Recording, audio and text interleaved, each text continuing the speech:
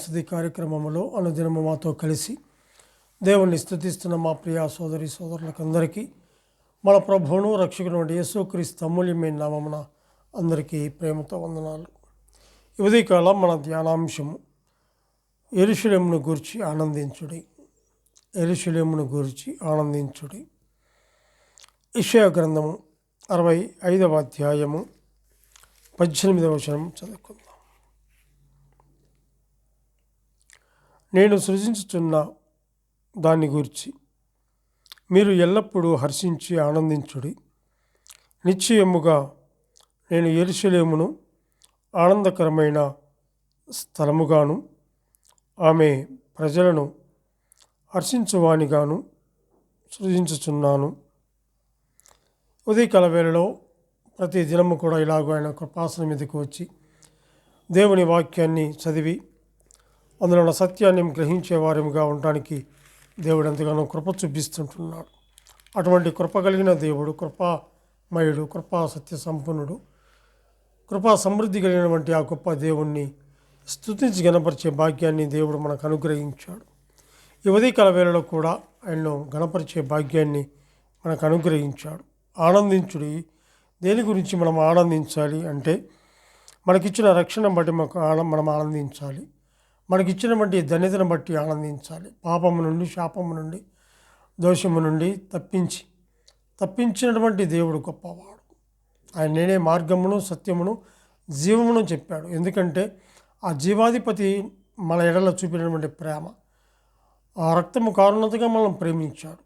అంతగా ప్రేమించినటువంటి గొప్ప దేవుడు మన నిమిత్తమే కదా ఆయన పరలోకము నుండి భూలోకానికి మానవునిగా మధ్యవర్తిగా వచ్చి మన కొరకై రక్తము కార్చి ఆ రక్తధారలో మన ప్రతి పాపమును కడిగి పరిశుద్ధులుగాను, నిర్దోషులుగాను, రాజుల న్యాయక సమ్ముఖముగాను, సంఘముగాను చేసినటువంటి ఆ గొప్ప ఆ దేవాది దేవుని మనము స్తుతించి కనపరిచే భాగ్యాన్ని దేవుడు మనకు అనుగ్రహించాడు. ఈ చదువుకున్నటువంటి లేఖన భాగములో నేను సృజించుచున్న దానిని గురించి మీరు ఎల్లప్పుడూ హర్షించి ఆనందించుడి అని చెప్పి చూస్తుంటున్నాం. ఏమిటి అంటే ఇక్కడ ఆనందించుడి అని చెప్పేసి చూస్తుంటున్నాం.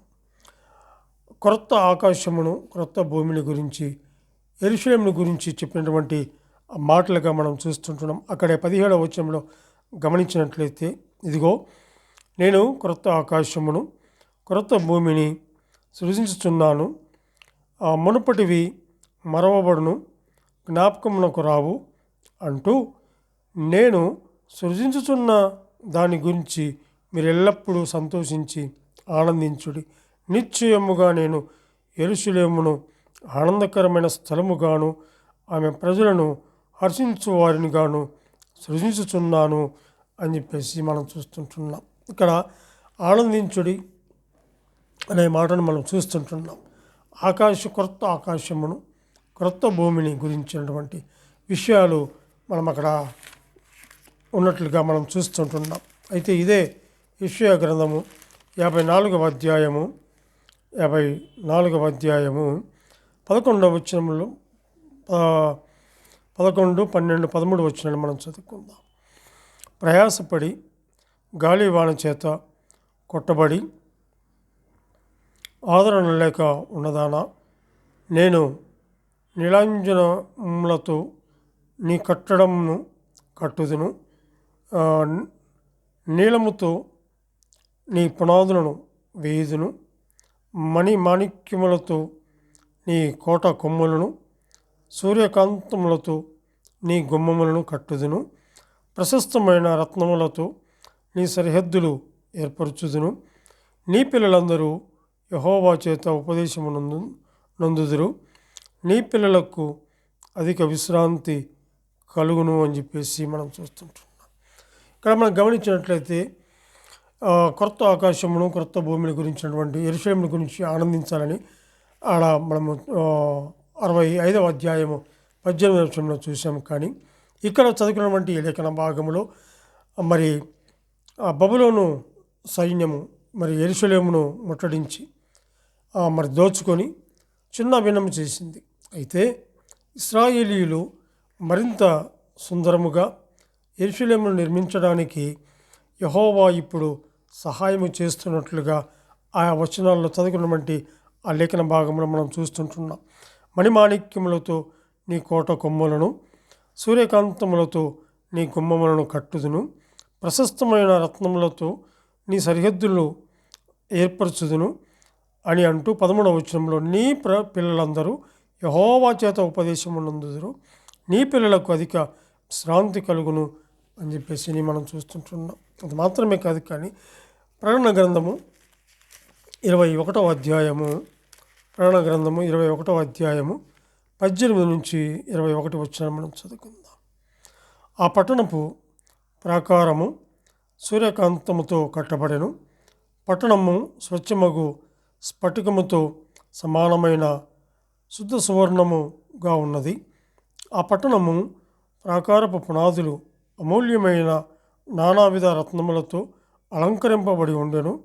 మొదటి పునాది సూర్యకాంతపు రాయి, రెండవది నీలము, మూడవది యమునారాయి, నాలుగవది పచ్చ, ఐదవది వైడూర్యము, ఆరవది కెంపు, ఏడవది సువర్ణరత్నము, 8 గోమేధికము, 9వది పుష్పరాగము, 10వది సువర్ణల సునీయము, 11వది పద్మరాగము, 12వది సుగంధము. దాని 12 గుమ్మములు 12 ముత్యములు, ఒక్కొక్క గుమ్మము ఒక్కొక్క ముత్యముతో కట్టబడి ఉన్నది. పట్టణపు రాజవీధి శుద్ధ సువర్ణమయమై స్వచ్ఛమైన స్ఫటికమును పోలి ఉన్నది అని చెప్పేసి చూస్తుంటున్నాం. ఆ యెరూషలేము గురించినటువంటి వర్ణన మనం చూస్తుంటున్నాం. బబులోను సైన్యము యెరూషలేమును ముట్టడించి దాని చిన్నభిన్నము చేసింది. కానీ అయితే ఇశ్రాయేలీయులు మరింత సుందరంగా మరి ఆ యెరూషలేమును నిర్మించడానికి మరి యెహోవా ఇప్పుడు సహాయము చేస్తున్నట్లుగా అక్కడ మనం చూస్తుంటున్నాం. అక్కడ ఆనందించుడి అని చెప్పేసి అనే మాట మనం చూస్తూ ఉన్నాం కదా. ఇక్కడ ఈ ప్రకటన గ్రంథంలో మనం చదువుకున్నటువంటివన్నీ కూడా మరి అక్కడ ఉన్నట్లుగా మరి గోమేధికం అయితేనేమి, సూర్యకాంతిప్రాయం అయితేనేమి, తర్వాత యమునారాయి, తర్వాత వైడూర్యము, కెంపు, సువర్ణరత్నములు, తర్వాత ఇవన్నీ పుష్పరాగము, ఇవన్నీ కూడా అక్కడ దాంతో అలంకరించబడినట్లుగా చూస్తుంటున్నాం. అయితే దాని 12 గుమ్మములు 12 ముత్యములు, ఒక్కొక్క గుమ్మము ఒక్కొక్క ముత్యముతో కట్టబడి ఉన్నది అని చెప్పి చూస్తున్నాం. ఎంత గొప్ప వైభవంతో కూడినటువంటి యెరూషలేము పట్టణాన్ని గురించినటువంటి ఆ వర్ణన మనం చూసి దాన్ని గురించినటువంటి విషయాలు మనం తెలుసుకుంటూ ఎంతగానో మనం దాని గురించి ఆనందించవలసిన వారముగా ఉంటున్నాం. యెరూషలేము ప్రజలు మరి అక్కడ ఉన్నటువంటి ఆ యొక్క దాన్ని చూసి ఎంతగానో ఆనందించినట్లుగా మనం చూస్తుంటున్నాం. మనము కూడా అలాగే మనము ఉదయకాల వేళలో మనకిచ్చినటువంటి ఆ గొప్ప మరి ఆ రక్షణను బట్టి మనకిచ్చినటువంటి ఆయనలో నిలిచి ఆనందించే భాగ్యాన్ని దేవుడు మనకు అనుగ్రహించాడు. క్రొత్త ఆకాశమును క్రొత్త భూమిని అని చెప్పేసి చూస్తున్నాం. నీ ప్రజలందరూ యెహోవా చేత ఉపదేశమునందుదురు, నీ పిల్లలకు అధిక విశ్రాంతి కలుగును అని చెప్పి చూస్తుంటున్నాం. అయితే ప్రశస్తమైన రత్నములతో నీకు సరిహద్దులు ఏర్పడును అని చెప్పేసి మనం అక్కడ చూస్తున్నాం. కాబట్టి ఉదయకాల వేళలో యెరూషలేమును గురించినటువంటి ఆనందము మనము కూడా మనకు ఈ ఆనందం ఎక్కడ దొరుకుతుందంటే ఆయన సన్నిధిలో దొరుకుతుంది. ఆయన సన్నిధిలో ఆయన యొక్క సన్నిధానంలో మనకు ఎంతో ఆనందము సంతోషం ఉంది. కాబట్టి అట్టి సంతోషం మనకు అనుగ్రహించినటువంటి ఆ దేవాది దేవుణ్ణి ఉదయకాల వేళలో నోరారా మనసారా హృదయమారా స్తుతించి గణపరిచి పూజించి నమస్కరించవలసిన వారంగా ఉంటున్నాం. దేవుడి కొద్ది లేఖనాలను దీవించును గాక. ప్రార్థన చేసుకుందాం. పరిశుద్ధులమైన మా ప్రియ పరలోకపు తండ్రి, మీ ఘనమైన శ్రేష్టమైన ఉన్నతమైన నామమునకు స్తుతులు స్తోత్రములు చెల్లించుకుంటున్నాం. దేవా, నీవెంతైనా నమ్మదగిన దేవుడు, గొప్ప దేవుడవు తండ్రి. మీ ప్రేమ మీ వాత్సల్యత మా ఇళ్ళలో చూపించి మమ్మల్ని కాచి కాపాడేందుకే మీకు వందనాలు చెల్లించుకుంటున్నాం. ఉదయకాల వేళలో నీ సన్నిధిలో చేరి ప్రభువారైనా ఆనందించే భాగ్యాన్ని, సంతోషించే భాగ్యాన్ని మీరు మాకు అనుగ్రహించినందుకే స్తోత్రములు చెల్లించుకుంటూ ఇట్టి తరుణం మాకు అనుగ్రహించినందుకు లేని బిడ్డలకు దయచేసి మేము ప్రార్థన చేస్తూ మా రక్షకుడైన యేసుక్రీస్తు అమూల్యమైన నామమున స్తుతులు స్తోత్రములు చెల్లించి ప్రార్థన చేయుచున్నాము తండ్రి. ఆమెన్.